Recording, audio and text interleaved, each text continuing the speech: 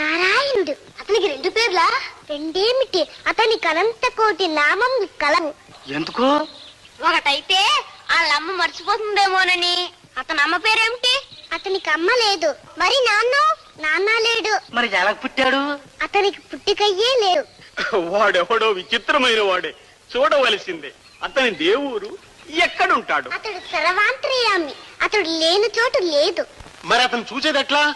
భక్తితో ధ్యానించుటే. అదెట్లా? నేను చెప్పినట్లు అనండి.